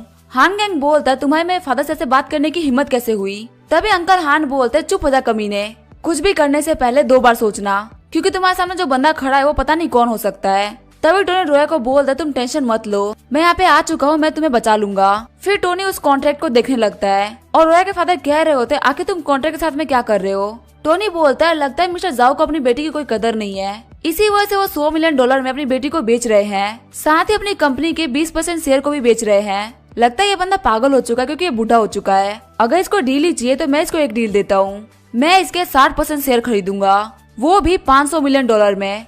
ये सुन के वहाँ पर सभी लोग शॉक्ड हो गए होते हैं। अंकल हान सोच रहे होते हैं इसने $500 मिलियन कैश की बात ऐसे ही कर दी। ऐसी बातें करने के लिए भी कम से कम आपके पास $10 बिलियन के एसेट्स होने चाहिए। और मैं हान सेंसुई, मैंने लाइफ में बहुत कुछ अचीव किया है, लेकिन ये पहली बार है जब मैं किसी को पढ़ नहीं पा रहा। वही रोया के फादर सोच रहे होते हैं $500 मिलियन, इतने पैसों से मैं अपनी कंपनी को सिर्फ बचा नहीं सकता, मैं उसको आगे ही बढ़ा सकता हूँ। फिर टोनी बोलता है मुझे 500 मिलियन के बदले में सिर्फ शेयर्स ही नहीं चाहिए, मेरी एक और रिक्वेस्ट थी। फिर वो रोया की तरफ अपनी फिंगर पॉइंट करता है। ये देख के रोया भी सोच रही होती है क्या टोनी भी मुझे $500 मिलियन के बदले में खरीदना चाहता है। फिर रोया वहीं पे गिर जाती है और वो सोच रही होती है ये पूरी दुनिया सेम है। मैंने सोचा कि टोनी मुझे यहाँ पे बचाने के लिए आया है, लेकिन ये भी यहाँ पे मेरी बोली लगाने के लिए आया है। फिर टोनी बोलता है मैं चाहता हूँ 60% शेयर तुम रोया के नाम पे कर दो, जैसे तुम रोया के नाम पे शेयर करते हो मैं वैसे ही तुम्हारे अकाउंट में पैसे भेज दूंगा। वही रोया सोच रही होती है टोनी ने उसके पिंजरे को खोल दिया और अब वो आजाद है, और ये बिल्कुल उसी हीरो की तरह है जो कि शो में एग्जिस्ट करता था। और रोया की अफेक्शन 85% तक बढ़ गई होती है। तभी उस सेक्रेटरी बोलता है मिस्टर टोनी मैंने आपके लिए नया कॉन्ट्रैक्ट बना दिया है, प्लीज आप यहाँ पे साइन कर दीजिए। तभी टोनी रोया का हाथ पकड़ते हुए बोलता है साइन करो, अपने आप को फ्री करो, अब से तुम किसी के भी कंट्रोल में नहीं हो। फिर टोनी रोया के फादर के अकाउंट में $500 मिलियन भेज देता है, जिसको देख के रोया की मदर बोलती है सच में पैसे आ गए। और रोया के फादर बोल रहे होते हैं क्या सच में आपको सिर्फ यही रिक्वेस्ट करनी थी। फिर टोनी बोलता है तो मुझे और क्या चाहिए। टोनी रोया के फादर के पास जाते हुए बोलता है तुम्हारी कंपनी का नीचे गिरना या ऊपर उठना सब मेरे दिमाग के अंदर है, लेकिन अगर फिर से तुमने रोया के साथ कुछ ऐसा करने का ट्राई भी किया तो मैं तुम्हारी फैमिली को इस अर्थ से गायब कर दूंगा। ये सुन के रोया के फादर काफी तक घबरा जाते हैं और टोनी बोलता है रोया यहाँ पे कुछ भी नहीं बचा करने के लिए, तो चलो चलते हैं। तभी अंकल हान बोलते हैं मिस्टर स्टार्क आपने तो काफी खतरनाक काम कर दिया और ये बुढ़ा हान आपकी काफी ज्यादा इज्जत करता है, और मेरे बेटे ने आपसे थोड़ी सी फाइट कर ली थी तो उसके बिहाफ पे मैं आपसे सॉरी बोलता हूँ। फिर अंकल हान सोच रहे होते हैं सिर्फ कंट्री का रिचेस्ट बंदा ही होगा जो कि $500 मिलियन बिना सोचे खर्च कर सकता है, और ये बंदा इतना स्ट्रॉन्ग है जितना मैं सोच भी नहीं सकता, इसे दुश्मनी करना दुनिया की सबसे बड़ी बेवकूफी होगी। फिर हान गैंग बोलता है फादर इसने पहले मुझे मारा था। तभी अंकल हान से थप्पड़ मारते हुए बोलते हैं कमीने चुप हो जा, मुझे पता जो भी मैंने कमाया है वो तू बर्बाद कर देगा, और तेरे ऐसे घटिया होने की वजह से मैं तुझे बहुत ज्यादा मारने वाला हूँ। सीन चेंज होता है और हम देखते हैं रोया और टोनी एक कार में आ गए होते हैं। रोया बोलते मुझे बचाने के लिए शुक्रिया टोनी। टोनी बोलता है ये पहली बार नहीं है जब मैंने तुम्हें बचाया है। फिर हमें पास्ट का सीन दिखाया जाता है जब टोनी और रोया स्कूल में पढ़ते थे। स्कूल में काम होने की वजह से रोया काफी ज्यादा लेट घर जा रही होती है और सोच रही होती है बहुत ज्यादा रात हो गई है, बस मैं सेफली घर पहुंच जाऊं। लेकिन तभी उसे कुछ बुरे लोग घेर लेते हैं। रोया बोलती है आखिर आप लोग मुझे क्यों घेर रहे हैं, आप लोग को मुझसे क्या काम है। लेकिन उसे एक बंदा पकड़ते हुए बोलता है हमें पैसे चाहिए, और अगर तुम हमें पैसे नहीं दे सकते तो कोई बात नहीं, तुम बहुत ज्यादा सुंदर हो, हम लोग बस तुम्हारे साथ थोड़ी देर खेलेंगे, उसके बाद तुम घर चले जाना। वही रोया बोल रही होती है मुझे छोड़ दो वरना मैं पुलिस को बुला दूंगी। लेकिन रोया के चिल्लाने पे भी वहाँ पे कोई भी नहीं आ रहा होता। तभी वहाँ पे टोनी दौड़ते हुए आता है और उस बंदे को एक खतरनाक धक्का देता है और कहता है क्लासमेट रोया यहाँ से भाग जाओ, बस पीछे मुड़ के मत देखना, बस भागती रहो। और वहाँ पे जितने भी वो बुरे बंदे होते हैं वो सभी टोनी को मारने लगते हैं। कहते हैं तेरी हिम्मत कैसे हुई हम लोग को डिस्टर्ब करने की, हम लोग यहाँ पे काफी ज्यादा मजा करने वाले थे। रोया बोल रही होती है मैं उस टाइम इतना ज्यादा डर गई थी कि मैंने पीछे मुड़ के देखा भी नहीं, और मुझे ये भी नहीं पता कि वो कौन बंदा जिसने मेरी हेल्प करी थी। और जब मैं वहाँ पे पुलिस को लेके आई तो वहाँ पे ना तो गैंगस्टर थे और ना ही मेरी हेल्प करने वाला बंदा। उस दिन के बाद से मैं हमेशा सोचती थी आखिर वो कौन था जिसने मेरी हेल्प करी थी, लेकिन मुझे बिल्कुल भी नहीं पता था कि टोनी वो तुम हो सकते हो। और जो रोया के अफेक्शन होते हैं वो 95 पॉइंट्स हो गई होती है, और टोनी को नोटिफिकेशन आती है कि आपने रोया के ऊपर $500 मिलियन खर्च किए हैं, इसी वजह से आपको $50 मिलियन मिलते हैं, साथ ही आपको 35 स्ट्रेंथनिंग पॉइंट भी मिलते हैं, और आप 4 लैंग्वेजेस के मास्टर बन चुके हैं। और टोनी सोच रहा होता है मुझे सब देख के काफी अच्छा लग रहा है, पहले ही मैंने बहुत कुछ किया था लेकिन मैं बस खड़ा होकर देखते रहा, लेकिन इस बार मैं हिम्मत करके आगे आया और मुझे बहुत अच्छा लग रहा है कि मैंने अपने पास सेल्फ को पीछे छोड़ दिया है। और हम देखते हैं टोनी और रोया किस करने ही वाले होते हैं, तभी हमें फोन बजता है और कॉल जाओकी का आया होता है। जैसे टोनी कॉल पिक करता है जाओकी बोलती है मैंने विला के अंदर शिफ्ट कर लिया है, और तुम्हें पता है मैं 2 दिन से इस घर के लिए बेस्ट फर्नीचर ढूंढ रही थी, क्या तुम्हें याद है कल कौन सा दिन है। टोनी बोलता है मैं कैसे भूल सकता हूँ, कल तुम्हारा बर्थडे है, मैंने तुम्हारे लिए गिफ्ट भी प्रिपेयर कर रखा है। साथ ही सोच रहा होता है जाओकी के फोन के टाइम काफी ज्यादा बेकार थी। फिर जाओकी बोलते मुझे कुछ ज्यादा एक्सपेंसिव गिफ्ट मत दे देना, मैंने अपने सारे क्लासमेट्स को इन्वाइट किया है। टोनी बोलता है ठीक है मैं देखता हूँ मैं तुम्हें क्या गिफ्ट कर सकता हूँ। वही टोनी सोच रहा होता है तुमने मेरा पूरा दिन खराब कर दिया। तभी जाओकी के पास में यूकी आती है और वो बोलती है आखिर ये फोटो कहाँ लगानी है, और जाओकी बोलती है मैं तुमसे बाद में बात करती हूँ, अभी मुझे बहुत सारा काम है। साथ ही वो डांस करते हुए सोच रही होती है अभी मेरे पास खुद का घर है, और वो भी ऐसा वैसा घर नहीं, $60 मिलियन का मेंशन। फिर टोनी रोया को बोलता है तुम्हें पता है कल मेरे क्लासमेट का बर्थडे है, क्या तुम मेरे साथ चलना चाहोगी। साथ ही वो सोच रहा होता है मुझे यहाँ पे इनिशिएटिव लेना पड़ेगा ताकि इसे बिल्कुल भी ना लगे कि मैं इसे कुछ छुपा रहा हूँ। जितना ज्यादा ये लोग मेरे बारे में फ्रीली सोचेंगे उतना ज्यादा मेरे लिए अच्छा है। तभी रोया बोलती है नहीं मैं कल नहीं आ सकती क्योंकि आज कॉन्ट्रैक्ट साइन हुआ है तो घर पे बहुत कुछ हो रहा होगा और वहाँ पे जितने भी लोग हैं वो तुम्हारे दोस्त हैं, शायद से मेरा वहाँ पे चलना सही नहीं होगा। रोया सोच रही होती है कुछ ऐसे क्वेश्चन होते हैं जो कि हमें पूछ लेने चाहिए, वही कुछ क्वेश्चन ऐसे होते हैं जो कि जरूरी नहीं होते और हमें वो नहीं पूछने चाहिए। जैसे कि अभी मैंने टोनी से नहीं पूछा कि आखिर वो किससे बात कर रहा था। इससे ये लगता है कि मैं काफी ज्यादा बोसी बिहेव कर रही हूँ जबकि उसने मेरी जान 2 बार बचाई है। फिर टोनी बोलता है अगर तुम वहाँ पे मेरे साथ चलते तो मुझे काफी ज्यादा अच्छा लगता, लेकिन कोई बात नहीं। रोया बोलते है अगर मुझे फ्यूचर में चांस मिलेगा तो मैं जरूर चलूंगी। फिर हम देखते हैं टोनी ने रोया को ड्रॉप कर दिया होता है। रोया बोलती है मेरे लिए इतना कुछ करने के लिए शुक्रिया।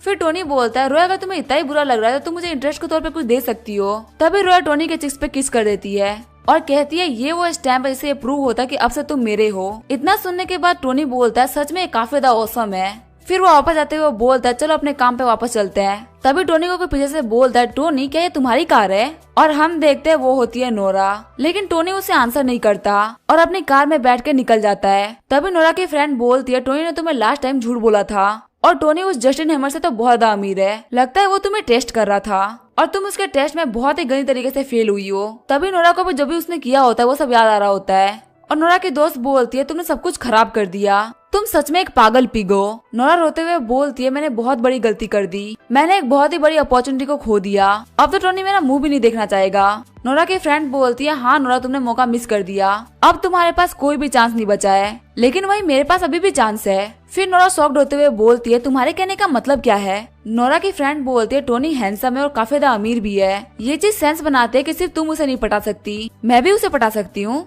क्या पता टोनी तुमसे बोर हो गया हो और अब वो मुझे पसंद कर ले। तभी नोरा अपने फ्रेंड के बाल पकड़ते हुए बोलती है कमीनी तरह से बोलने की हिम्मत कैसे हुई, और नोरा के फ्रेंड भी नोरा के बाल पकड़ लेती है और कहती तू तो चीप और घटिया लड़की है, तू तो जंगे के बैठ तक चली गई थी पैसे के लिए। तभी नोरा बोलती है चुप हो जाओ, अगर तुमने एक शब्द और बोला तो मैं तुम्हें मार डालूंगी। ऐसे ही वो दोनों लड़कियां रास्ते में पहलवानी करने लगती हैं। वही लोग उन लोगों की वीडियो बनाने लगते हैं, साथ ही कह रहे होते हैं इस बार ओलंपिक में गोल्ड पक्का है। आगे हम देखते हैं नोरा को जो कि रोते हुए बोल रही होती है मैंने अपने बॉयफ्रेंड को खो दिया और अपने बेस्ट फ्रेंड के साथ में पहलवानी करके अपनी दोस्ती भी तोड़ दी, और अब मेरे पास में ना ही बॉयफ्रेंड है, ना ही बेस्ट फ्रेंड है और ना ही इज्जत, सभी लुट गई। और लग नहीं रहा कि अब मैं टोनी को कभी फंसा भी पाऊंगी क्योंकि वो दिन पर दिन बहुत ही ज्यादा अच्छा होता जा रहा है, साथ ही मुझसे दूर भी होता जा रहा है। और वो रोते हुए जा ही रही होती है तभी पीछे से उसको कोई आवाज लगाता है और हम देखते हैं वो होती है शेंसुई। शेंसुई बोलती है लड़की तुम्हारा नाम नोरा है ना, मेरा नाम है शेंसुई, और क्या तुम एक इंटरनेट इन्फ्लुएंसर बनने में इंटरेस्टेड हो। मेरे पास एक आइडिया है जिसे तुम टोनी स्टार्क को फिर से अपना बॉयफ्रेंड बना सकती हो। सीन चेंज होता है और हम देखते हैं टोनी को। अपने कमरे में बैठे हुए टोनी सोच रहा होता है आखिर मुझे जॉकी को क्या गिफ्ट देना चाहिए, अगर उसे मैं कुछ अच्छा गिफ्ट कर देता हूँ तो उसका इफेक्शन पॉइंट 95% हो सकता है, लगता है मुझे बाहर जाकर कुछ शॉपिंग करनी चाहिए। तभी जियांगटाओ बोलता है टोनी इधर देखो, नोरा ने एक लाइव ब्रॉडकास्ट चालू करी है और जो ये कर रही है वो काफी ज्यादा अजीब है। हम देखते हैं नोरा को जो कि कह रही होती है मेरा नाम है नोरा और मैं टोनी स्टार्क की पहली गर्लफ्रेंड हूँ। मैं उससे कॉलेज में मिली थी और उसने 3 साल तक मेरा पीछा किया था, लेकिन मुझे उस टाइम बिल्कुल भी नहीं पता था कि वो इतना ज्यादा अमीर है। उस टाइम वो मेरे लिए पॉक लेके आया करता था और आप विश्वास नहीं करेंगे मुझे सिर्फ एक फोन दिलाने के लिए उसने 3 महीने पार्ट टाइम जॉब करी थी, लेकिन जब से वो अमीर हुआ है वो मेरी तरफ देखता भी नहीं है। हम देखते उसे कुछ कमेंट आए होते हैं जिसमें लिखा होता है टोनी स्टार्क तेरे ऊपर थूके बिना, और क्या तो टोनी स्टार्क को जानती भी है या सिर्फ उसका नाम यूज कर रही है, और ये बोल रही है कि जिस बंदे ने कुछ ही दिनों में इंटरनेट के ऊपर बिलियंस ऑफ डॉलर खर्च कर दिए वो इसके लिए एक फोन लेने के लिए 3 महीने पार्ट टाइम जॉब करेगा। वही कुछ बंदों ने कमेंट किया होता है कि हमसे प्राइवेट मैसेज में बात करो, हमें मिस्टर स्टार्क के बारे में और भी जानना है। वही हम देखते हैं टोनी को जो कि बोल रहा होता है ये कमीनी मुझे अभी भी डिफेम कर रही है। तभी जियांगटाओ बोलता है देखो उस कमीनी नोरा को, वो अभी जस्टिन को डेट भी कर रही है और कैसे एक्ट कर रही है। वही टोनी सोच रहा होता है ये लड़की तो काफी ज्यादा बेशरम हो चुकी है, ये यहाँ पे खुद को विक्टिम दिखा रही है, लेकिन मुझे पता है नोरा का जो दिमाग है वो एकदम सुअर का है, इतना कुछ सोचना इसके बस की बात नहीं। यहाँ पे सब कुछ किया गया है मेरा अटेंशन पाने के लिए, साथ ही पब्लिक के सामने मेरे कैरेक्टर को खराब करने के लिए। यहाँ पे कोई तो है जो इसकी हेल्प कर रहा है। फिर टोनी मिस्टर होंग को कॉल करता है और बोलता है मुझे एक हेल्प चाहिए थी। यूट्यूब पे एक लड़की जिसने ब्रॉडकास्ट चालू किया है और इसने ये ब्रॉडकास्ट साग कंपनी के अंडर में चालू किया है, तो क्या आप मुझे बता सकते हैं कि ये ब्रॉडकास्ट मेनली किसको बिलोंग करता है। फिर मिस्टर होंग मैसेज करता है कि हमें पता चल गया। जिस कंपनी के थ्रू ये लड़की ब्रॉडकास्ट कर रही है वो है जूमिंग मीडिया और उसकी लीगल पर्सन है सेंसुई। टोनी सोचता है सेंसुई तो वही औरत है जो उस दिन मुझे परेशान कर रही थी और उस दिन तो सिर्फ मैंने उसको वार्निंग देके छोड़ दिया था, लेकिन लगता है ये मुझे हल्के में ले रही है कि मैं इसका कुछ कर नहीं सकता, लगता है इसको सबक सिखाना ही पड़ेगा।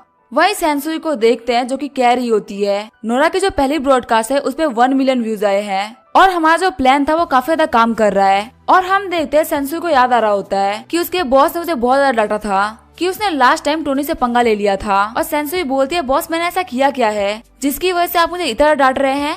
तभी उसके बॉस बोलते हैं जिस बंदे को तुम परेशान कर रही थी वो कोई और नहीं टोनी स्टार्क है। ये सुन के सेंसुई पूरी तरीके से घबरा गई होती है और फिर वो एक बंदे से कह के टोनी के बारे में पूरी इन्फॉर्मेशन निकलवाती है जिससे उसे पता चलता है कि नोरा उसकी पहली गर्लफ्रेंड रह चुकी है और वो प्लान करती है कि वो नोरा का यूज करते हुए टोनी को अपनी कंपनी के अंडर में लेके आएगी जिससे कि टोनी के फेवर से वो मिलियन ऑफ डॉलर कमा सके। वही प्रेजेंट में हम देखते हैं सेंसुई को जो कि कह रही होती है नोरा एक इंटरनेट सेलिब्रिटी बन जाएगी और ये देख के पक्का से मिस्टर स्टार्क का गुस्सा कम हो जाएगा और अगर इन दोनों के बीच में पैचअप हो जाता है तो ये हमारी कंपनी के लिए काफी अच्छी बात हो जाएगी। लेकिन तभी सेंसुई के फोन पे उसके बॉस का कॉल आता है और कहती है क्या हमारी कंपनी को पूरे इंटरनेट नेटवर्क से ब्लॉक कर दिया गया है। वही हम देखते हैं टोनी को जिसने थोड़ी देर पहले मिस्टर होंग को मैसेज किया होता है कि जो वो जूमिंग मीडिया वो मुझे बिल्कुल भी पसंद नहीं है और मैं उस कंपनी को सियोल में और देखना नहीं चाहता हूँ और मिस्टर होंग वो कंपनी कल का सूरज नहीं देखना चाहिए। फिर मिस्टर होंग और जाउटियान मिलकर उस कंपनी को पूरे इंटरनेट से ब्लॉक करवाते हैं, हर बड़ी कंपनी से उनका कॉन्ट्रैक्ट टर्मिनेट कर देते हैं, एक एक इन्वेस्टर से कहते हैं कि अपना पैसा रिफंड करो और जिस बिल्डिंग पे वो कंपनी है उस बिल्डिंग को भी ब्लॉक करवा देते हैं, पूरे जूमिंग मीडिया को चारों तरफ से बर्बाद कर देते हैं। फिर हम देखते हैं सेंसुई को जो कि कह रही होती है क्या हमारी कंपनी को बैन कर दिया गया है और जितने भी कंपनी हमारे साथ में काम कर रही थी उन लोगों ने अपने कॉन्ट्रैक्ट को टर्मिनेट कर दिया है और उनमें से एक बंदा बता रहा होता है जितने भी मेजर शेयर होल्डर्स है उन सभी ने अपने पैसे को वापस निकाल लिया है और हमें हमारी कंपनी को बचाने के लिए कम से कम 10 मिलियन डॉलर की जरूरत पड़ेगी। सेंसुई बोलते 10 मिलियन डॉलर, ये तो बहुत बड़ा अमाउंट होता है, आखिर हम इतना पैसा कहाँ से लाएंगे। फिर सेंसुई के पास में कुछ बैंक के बंदे आते हैं और वो बोलते हैं आपकी कंपनी ने 6 महीने से कोई लोन नहीं भरा, इसी वजह से आपके हिस्से के जितने भी एसेट्स हैं उन सभी को फ्रीज किया जाता है। फिर सेंसुई के पास में कुछ इन्फ्लुएंसर्स आते हुए बोलती हैं हमने आपके साथ में बहुत अच्छा काम किया लेकिन आगे हम आपके साथ में काम नहीं कर सकते, हम लोगों ने कोई और कंपनी को ज्वाइन कर लिया है। फिर एक बंदा सेंसुई के पास आते हुए बोलता है अगर आप इस बिल्डिंग की फीस नहीं भरेंगे तो आप इस बिल्डिंग में एंटर नहीं कर पाएंगी। अगले दिन हम देखते हैं सेंसुई ने अपने कंपनी से बुरा बिस्तर बांध लिया होता है और वो सोच रही होती है ये काम पक्का से मिस्टर स्टार्क ने किया है, वरना हमारी इतनी बड़ी कंपनी को एक झटके में सियोल से गायब करना ये किसी आम बंदे का काम नहीं हो सकता। फिर टोनी अपने फोन पे देखता है जूमिंग मीडिया के बैन होने की वजह से नोरा का चैनल भी बैन हो गया होता है और वो सोच रहा होता है मिस्टर होंग और ड्रैगन किंग ने मेरी काफी ज्यादा हेल्प करी और लगता है मुझे टाइम मिलते ही इन लोगों को एक डिनर पार्टी देनी चाहिए और शायद अब टाइम आ चुका है कि मैं जाके जाओके के लिए एक अच्छा सा गिफ्ट खरीद लूं। लेकिन जब वो अपने कार के मिरर पे देखता है तो सेंसुई उसके मिरर पे चिपकी होती है और कह रही होती है मिस्टर स्टार्क मैं गलत थी, मुझे आपके साथ में चालाकी नहीं करनी चाहिए थी, प्लीज मुझे रास्ता दे दीजिए ताकि मैं बच जाऊं। तभी टोनी को नोटिफिकेशन आती है कि आपके अफेक्शन सिस्टम में ऐड हो चुकी है। टोनी सोच रहा होता है आखिर ये ऐड क्यों हो गई, मैं तो बिल्कुल भी नहीं चाहता कि ये मेरे अफेक्शन सिस्टम में रहे। फिर टोनी बोलता है आंटी अपनी जगह याद रखो, अगर अगली बार तुमने कोई भी चढ़ाई करने की कोशिश करी तो इस बार तो सिर्फ कंपनी गायब हुई है, अगली बार तुम गायब हो जाओगी। वही मिस सेंसुई सोच रही होती है मैंने पहले ये चीज फील क्यों नहीं करी, मिस्टर स्टार्क तो बहुत ज्यादा हैंडसम है, स्पेशली जब उन्होंने मुझसे कहा कि मैं दफा हो जाऊं और उसकी जो अफेक्शन होती है वो 10% से बढ़ गई होती है। टोनी सोच रहा होता है आखिर आंटी की अफेक्शन मेरे क्यों बढ़ रही है, मुझे ये बिल्कुल भी पसंद नहीं है। फिर हमें टोनी के विला का सीन दिखाया जाता है, जावे का बर्थडे के दिन उसके सारे क्लास में उससे मिलने के लिए आए होते हैं और कह रहे होते हैं ये एक बहुत ज्यादा फेमस जगह है, इस विला का प्राइस 50 से 60 मिलियन डॉलर तो होगा ही। लगता है हमारी चेयरमैन जावे किसी बहुत ही बड़े बिजनेसमैन की बेटी है, वरना इतना बड़ा घर लेना किसी के लिए भी काफी ज्यादा मुश्किल है। तभी उनमें से एक लड़की बोलती है मैं और मेरे डैड इस जगह को देखने के लिए आए थे पहले और मैंने तो सुना था कि ये विला नंबर 1 किसी बहुत ही अमीर बंदे होंग का है, लेकिन वो तो अभी अपने 30s या 40s के अंदर है। और ये लड़की होती है स्टूडेंट यूनियन की मिनिस्टर और जावे की राइवल जोंग लिली। तभी यूकी आगे बढ़ते हुए बोलती है तुम्हारे कहने का मतलब क्या है, क्या जावे झूठ बोल रही है। तभी एक बंदा आगे बढ़ते हुए बोलता है लिली बिल्कुल सही बोल रही है, जो बॉस होंग है उन्होंने अपनी बेटी का बर्थडे पहले इस विला में मना रखा है और मैं काफी ज्यादा लकी था, मैंने उनकी बेटी का बर्थडे अटेंड किया था, लेकिन उनकी बेटी तो सिर्फ 12 साल की है। ये सुनकर सारे लोग बोल रहे होते हैं क्या हमारी प्रेसिडेंट झूठ बोल रही है। लेकिन तभी यूकी लिली के सामने घर के पेपर रख देती है और कहती है आराम से इसको पढ़ लो, ये घर जाओके के नाम पे है। ये देखने के बाद सभी लोग बोल रहे होते हैं नहीं हमारी प्रेसिडेंट एकदम सच बोल रही थी, लगता है इन्फ्लुएंसिंग में बहुत सारा पैसा है और ग्रेजुएट होने से पहले इतना सारा पैसा कमा लेना ये बहुत बड़ी बात है। वही जाओके सोच रही होती है अभी तक टोनी नहीं आया, क्या वो किसी ट्रैफिक में फंस गया है। वही टोनी बाहर आ गया होता है और वो बोलता है फाइनली मैं पहुंच गया। जाओकी ने यहाँ पे इतने सारे लोगों को इनवाइट कर लिया है कि यहाँ पे पार्किंग के लिए घर में जगह ही नहीं बची थी, इसी वजह से मुझे कार को दूर पार्क करना पड़ रहा है। तभी टोनी के पास से एक कार गुजरती है। टोनी सोच रहा होता है आजकल लोग बहुत तेज गाड़ी चलाते हैं। सभी लोग पार्टी में आ गए होते हैं और वो बोल रहे होते हैं ये तो करारी 488 है और ये गाड़ी तो हमारे सीनियर टैंक की है। मैंने तो ये भी सुना है कि इस गाड़ी की कीमत $4 मिलियन है। सीनियर टैंक गाड़ी से उतरते हुए बोलते हैं विला नंबर 1। हाँ ये वही विला है और हमें बताया जाता है ये है यूनियन के प्रेसिडेंट सीनियर टैंक ज्यू वैन। साथ ही सियोल की बहुत बड़ी कंपनी टैंक ग्रुप के सेकंड सन भी है। सीनियर टैंक टोनी को देखते हुए बोल रहे होते हैं आखिर ये चूहा कौन है जो कि अपने हाथ में एक टेडी बियर लेके जाओकी के बर्थडे पे आ गया है और जाओकी ने आखिर इस चूहे को बुलाया क्यों। तभी जाओकी खुश होते हुए बोलती है फाइनली तुम आ गए, तुम्हारे लिए मैं काफी देर से वेट कर रही थी। सीनियर टैंक बाहें फैलाते हुए बोलते हैं मैं आ गया जाओकी, लेकिन जाओकी उसको डॉच करते हुए टोनी के पास चली जाती है। तभी टोनी उसे टेडी बियर देते हुए बोलता है मैं तुम्हारे लिए यही लेके आया हूँ और हैप्पी बर्थडे जाओकी। और सभी लोग देखते हुए बोल रहे होते हैं क्या हम लोग सपना देख रहे हैं। एक छोटे से टेडी बियर से जाओकी पिघल गई। यहाँ पे ब्रदर युवान ने उनको $20,000 का बैग दिया था, लेकिन इन्होंने उसको एक्सेप्ट करने से मना कर दिया। पर इस बंदे के टेडी बियर को देख के इतने तक खुश है। वही सीनियर टैंक सोच रहे होते हैं मैं जाओकी का पीछा बहुत सालों से कर रहा हूँ, लेकिन फिर भी इसने मुझे इतना घास नहीं डाला जितना इस चूहे को डाल दिया है। लेकिन कोई बात नहीं, अब मेरी बारी है। तभी टैन के पीछे एक ट्रक आ जाती है। टैन बोलता है जाओकी मैंने तुम्हारे लिए गिफ्ट प्रिपेयर किया है और हम देखते हैं वो होता है एक प्रोफेशनल लेवल पियानो। टैन बोलता है ये गिफ्ट मैंने तुम्हारे लिए इसलिए प्रिपेयर किया क्योंकि तुम एक पियानो मास्टर हो। जाओकी बोलते है ये बहुत महंगा आया होगा, मैं आपको इसके पैसे ट्रांसफर कर दूंगी। टैन बोलता है जाओकी के सामने पैसे की कोई वैल्यू नहीं है और मैं तुम्हें इस पियानो के साथ में काफी अच्छी परफॉर्मेंस भी दूंगा जिसको कि मैंने खुद ही लिखा है। फिर वो वहाँ पे पियानो बजाने लगता है जिसको सुन के सभी लोग बोल रहे होते हैं सीनियर टैन तो काफी अच्छा पियानो बजाते हैं। और जाओकी भी बोलती है सीनियर टैन आपका पियानो बजाने के लिए शुक्रिया, आपकी स्किल्स को देख के तो मुझे खुद के ऊपर शर्म आ रही है। सीनियर टैन बोलते हैं जाओकी तुम्हें मेरा गाना अच्छा लगा, इस बात की मुझे बहुत खुशी है। और टोनी तुम यहाँ पे काफी देर से खड़े हो, क्यों ना थोड़ी बहुत तुम भी अपनी स्किल्स को दिखा दो। वही टोनी सोच रहा होता है लगता है ये बंदा चाहता है कि मेरे यहाँ पे बेइज्जती हो जाए। फिर टोनी बोलता है जैसा कि ब्रदर टैन ने कहा मैं आपकी विश को जरूर पूरी करूंगा। वही जाओकी सोच रही होती है क्या टोनी को पियानो बजाने आता है और बाकी सभी लोग बोल रहे होते हैं देख के लग नहीं रहा कि इस बंदे को पियानो बजाने आता होगा, आज तो इस बंदे की बहुत ज्यादा बेइज्जती होने वाली है। वही टोनी सोच रहा होता है मुझे पियानो के बारे में पी भी नहीं आता और टोनी को नोटिफिकेशन आती है कि आपके पास में 25 स्ट्रेंथनिंग पॉइंट पड़े हुए हैं, अगर आपने 10 पॉइंट्स को पियानो स्किल में ऐड कर दे तो आपकी स्किल एक्टिवेट हो जाएगी। वही टोनी सोच रहा होता है मैं मानता हूँ मैं मेहनत करके कुछ भी नहीं सीख सकता, लेकिन यहाँ पे कुछ चीट स्किल्स भी तो होती है ना। फिर वो बोलता है सिस्टर मुझे 50 साल का पियानो बजाने का एक्सपीरियंस दे दो। और टोनी को देखते हुए सीनियर टैन सोच रहे होते इसकी तो मोमेंटम ही चेंज हो गई। जैसे ही टोनी अपने गाने को स्टार्ट करता है सीनियर टैन एकदम शॉक्ड हो जाते हैं। टोनी बोल रहा होता है ये तो बस स्टार्टिंग है, अभी मेरा सीक्रेट मूव आना बाकी है। फिर टोनी बहुत जल्दी जल्दी पियानो बजाने लगता है। सीनियर टैन सोच रहे होते ये बहुत तेज बजा रहा है, लेकिन फिर भी इसकी धुन इधर उधर नहीं हो रही। वहीं बाकी सारे बच्चे सोच रहे होते ये वही अमेजिंग स्किल है जिसके बारे में टीचर ने बताया था कि कैसे कोई 2 हाथों से 4 हाथों के बराबर पियानो बजा सकता है। लेकिन इस टेक्निक की जो ट्रेनिंग है वो काफी ज्यादा ब्रूटल है, इसीलिए कोई भी इसे गुजर नहीं पाता। और हम देखते हैं टोनी ने अपने गाने को स्टॉप कर दिया होता है, जिसको देख के वहाँ पर सभी लोग चुप हो जाते हैं। इसी के साथ ये एपिसोड यहीं पे एंड करेंगे। वीडियो देखने के लिए थैंक यू।